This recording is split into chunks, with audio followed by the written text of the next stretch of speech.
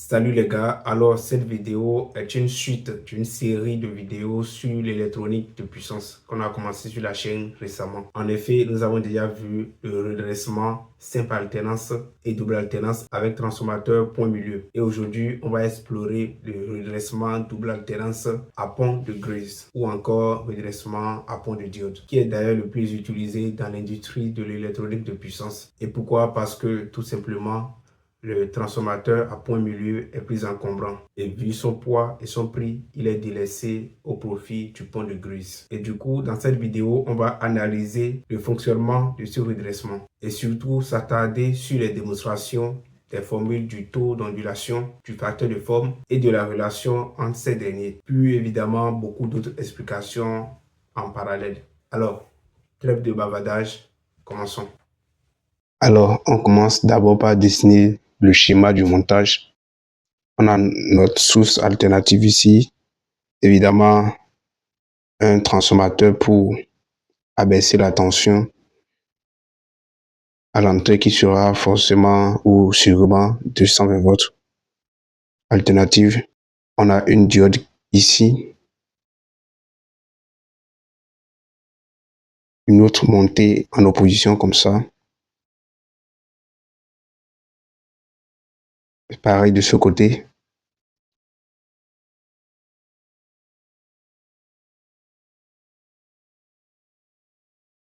On va travailler avec une charge R. Ici, évidemment, notre tension V de T ici. D1, D2, D3, D4. La charge R qui est ici. Directement, on va commencer par l'analyse de fonctionnement. Donc, analyse de fonctionnement. Pour le fonctionnement, les 4 diodes sont conductrices 2 à 2. Donc, les 4 diodes qu'on a ici, D1, D2, D3, D4, vont être conductrices 2 à 2 en fonction des alternances. Évidemment, on sait que notre tension à l'entrée, c'est une tension sinusoïdale comme ça, alternative sinusoïdale. Donc, naturellement, on a une alternance positive et une alternance négative selon l'évolution du signal au fil du temps. Pendant l'alternance positive, on aura la tension qui va évoluer dans ce sens comme ça.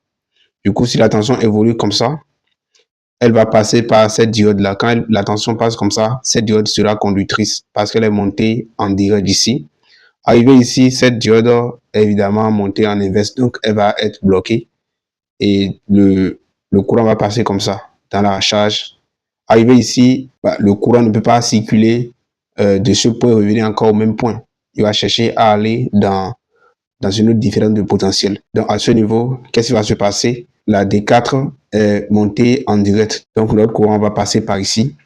Et là, on aura D1 et D4 qui seront conductrices pour la première alternance. Donc, on va dire alternance positive. Donc là, on aura D1 et D4 qui seront conductrices. Maintenant, au niveau de l'alternance négative, alors ça va être le même raisonnement, hein. Ça va être pareil, ça va être le même raisonnement. Alternance négative, on aura la tension qui va être dans ce sens maintenant. Donc à ce niveau, D3 serait conductrice. Le courant va passer par ici. Et à ce niveau, le courant ne peut pas faire comme ça. Il ira comme ça. Et on aura D2 qui sera conductrice. Du coup, ici, on aura D2 et D3 conductrices. Évidemment, quand il y a deux diodes qui sont conductrices, il y a les deux autres qui sont bloquées. Parce que j'ai dit tout à l'heure au début que les diodes sont conductrices 2 à 2 selon les alternances. Donc, si on va essayer de tracer les formes d'ondes de cette tension-là au bord de la charge, qu'est-ce qu'on aura? Évidemment, ça va donner la même chose qu'au niveau du transformateur point milieu qu'on a fait dans la vidéo précédente. Parce que c'est double alternance, ça va donner les mêmes choses, on aura les mêmes résultats que précédemment dans la vidéo avec le transformateur point milieu. C'est juste le montage qui change, sinon les résultats sont exactement les mêmes. Donc là, on aura, si tu veux reprendre la loi des mailles par exemple, au niveau de l'alternance positive, on aura quoi? On aura la tension V, on aura V de T moins VD1 moins VD2 moins, on va noter ça VC. VC pour V charge, il serait égal à 0. Ici, les diodes D1, excusez-moi, ici c'est D4, hein, c'est D4 parce que le courant passe ici évidemment. Comme D1 et D4 sont conductrices à ce niveau, elles vont donner 0. La tension à leur bonne vont donner 0 parce que la diode se comporte comme un fil lorsqu'elle conduit et comme un interrupteur ouvert lorsqu'elle est bloquée. Ça, j'ai pas besoin de le rappeler. Du coup, là, on aura V qui serait égal à VC sur cette alternance. Rappelons tout de même que VT, c'est une tension sinusoïdale, donc pour amplitude, V masse, pour le déphasage ici, oméga t. Et ceci étant, au niveau de l'alternance positive, on aura évidemment l'amplitude V masse ici. Lorsqu'il s'agira de l'alternance négative et qu'on va évoluer comme ça, dans notre schéma ici, on aura moins V masse comme alternance négative. J'espère que vous êtes d'accord. Donc, ça va faire le contraire à chaque fois. Donc, ici, au niveau de l'alternance négative, ça va être la même chose. Seulement que ici, on aura VD2 et VD3 ici. Donc, ça va être la même chose. Sauf que, on aura VT qui serait égal à ça. Mais ça va être égal à moins V masse, etc. Comme ça. Ça va être égal à l'inverse. Ce qui donnera une forme d'onde telle quelle, je vais reprendre le signal V de T ici. V de T. Ici, on a T ici, évidemment.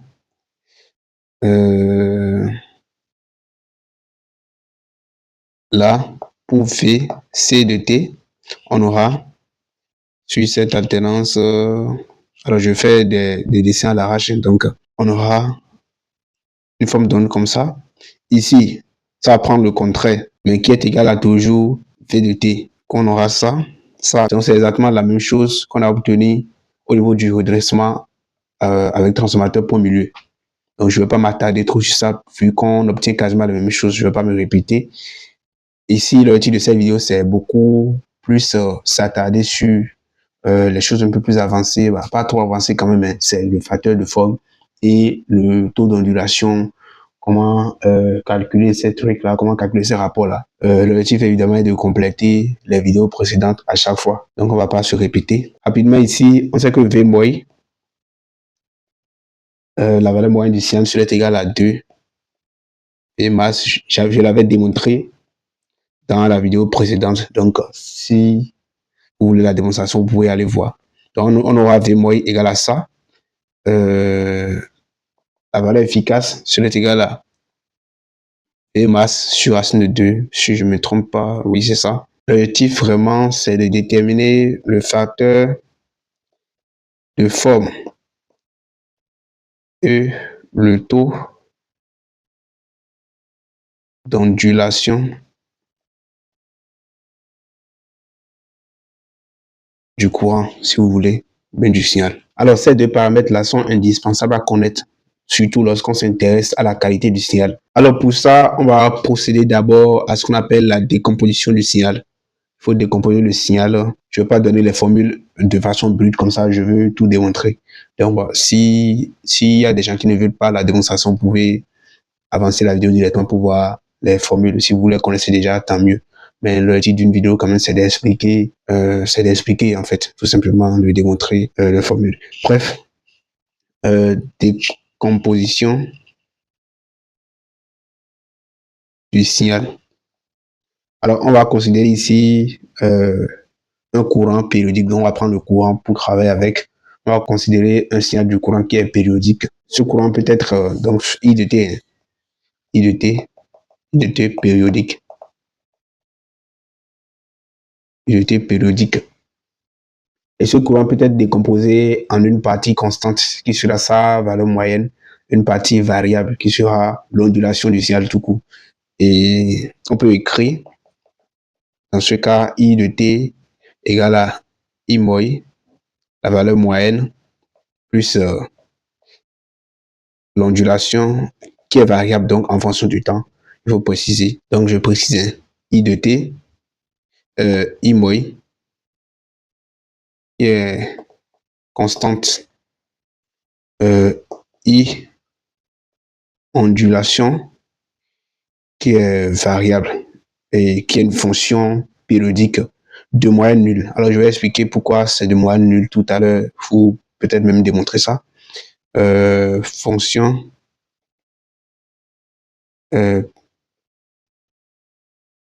périodique de moyenne nulle. Alors, pourquoi c'est de moyenne nulle? Ça se comprend vite avec les démonstrations. Comme on le dit, les chiffres ne mentent pas ou bien les mathématiques ne mentent pas. Donc, on a I moins I, par définition, c'est que c'est 1 sur T, 0 à T, I de T, 2 de T. Donc, quand on va prendre I de T, c'est une petite manipulation pour déterminer la moyenne de l'ondulation, quoi, pour vérifier si sa moyenne est nulle ou pas. Ici, I ondulation, on sait que, d'après cette formule-là, on sait que ça fait I de T moins I moins. Donc, on va essayer de remplacer ça ici, tout bêtement.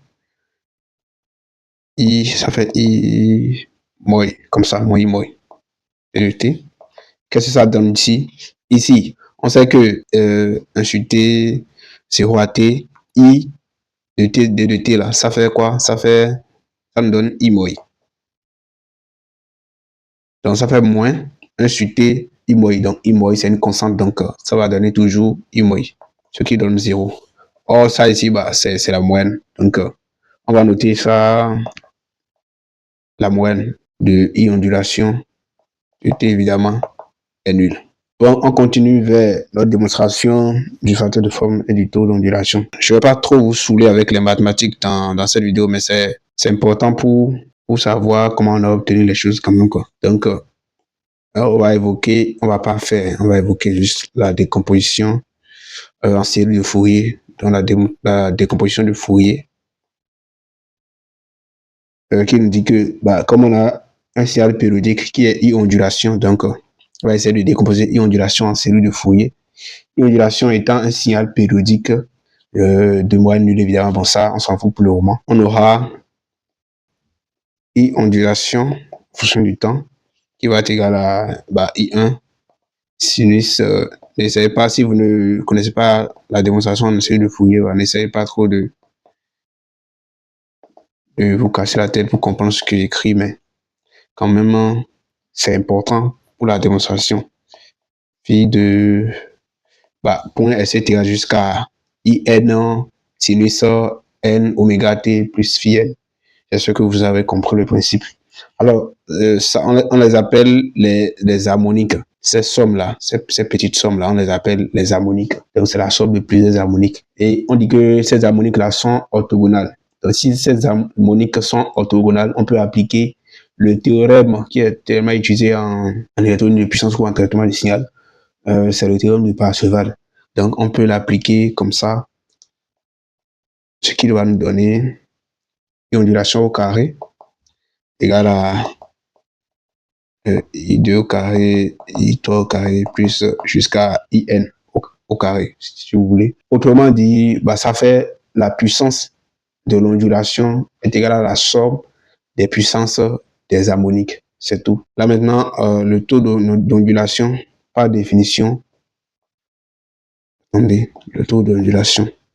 Le taux d'ondulation, par définition, c'est le rapport de la valeur ondulée à la valeur moyenne. Notre signal étant I de T ici, on peut le noter taux, comme ça. Donc, la valeur ondulée sur la valeur moyenne. Et le facteur de forme,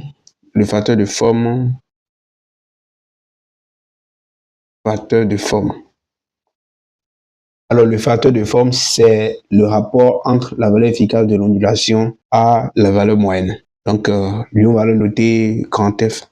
C'est sa notation, je ne vends rien, c'est la notation la plus utilisée en électronique de puissance pour ces grandeurs-là. Vous pouvez noter ça comme vous voulez, mais je préfère de le noter comme ça, grand F sur I moins.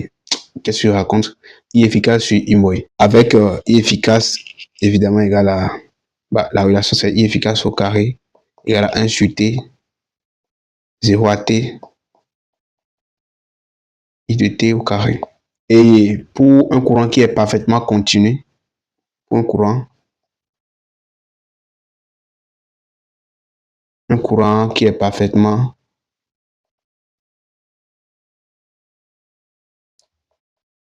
continu. On a I efficace qui est égal ou qui est très très proche de I moins, ce qui nous conduit à un facteur de forme de 1. Là maintenant, on vient sur la partie qui est un peu intéressante, c'est la démonstration. Donc, on va démontrer la relation, démonstration de la relation entre F et taux.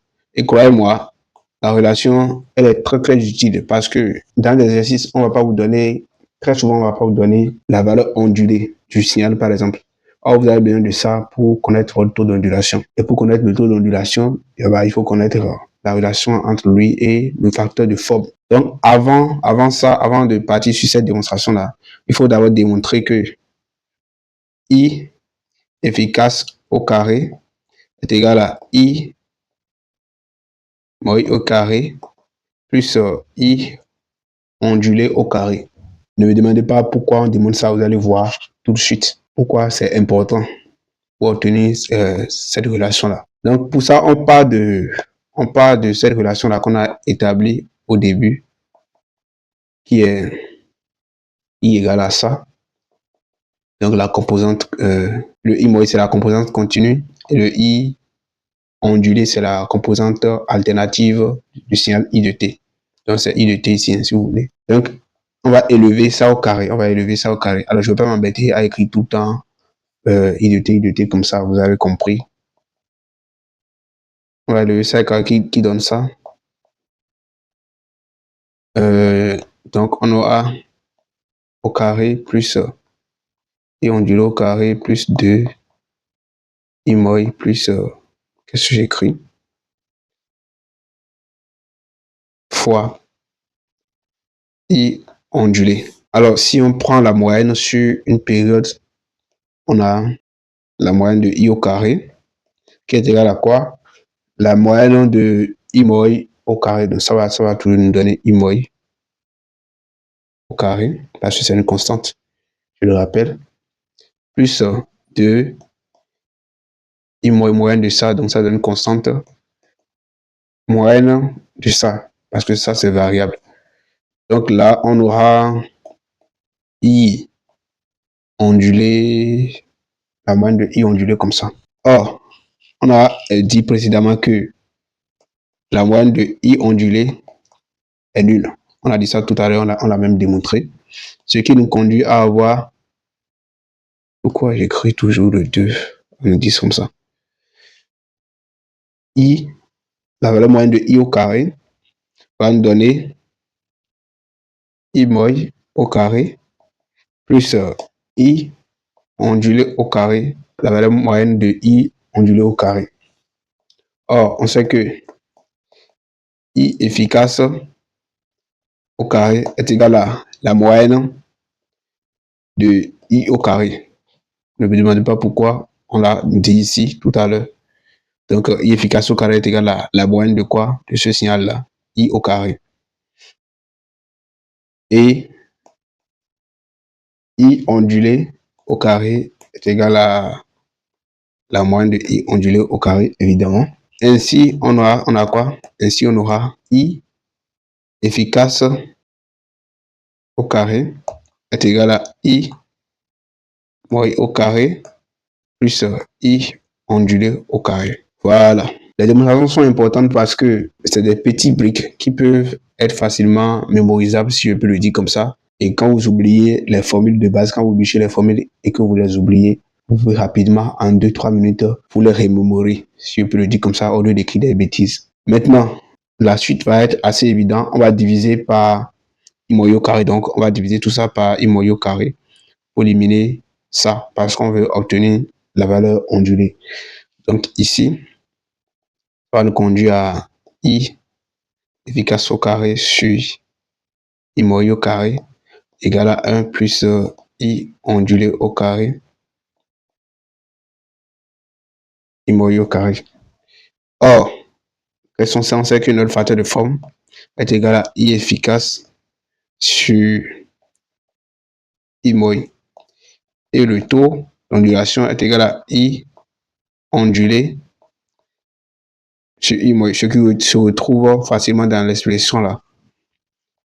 Ce qui nous conduit à F carré égale à ça. Vous voyez que c'est une relation tellement simple.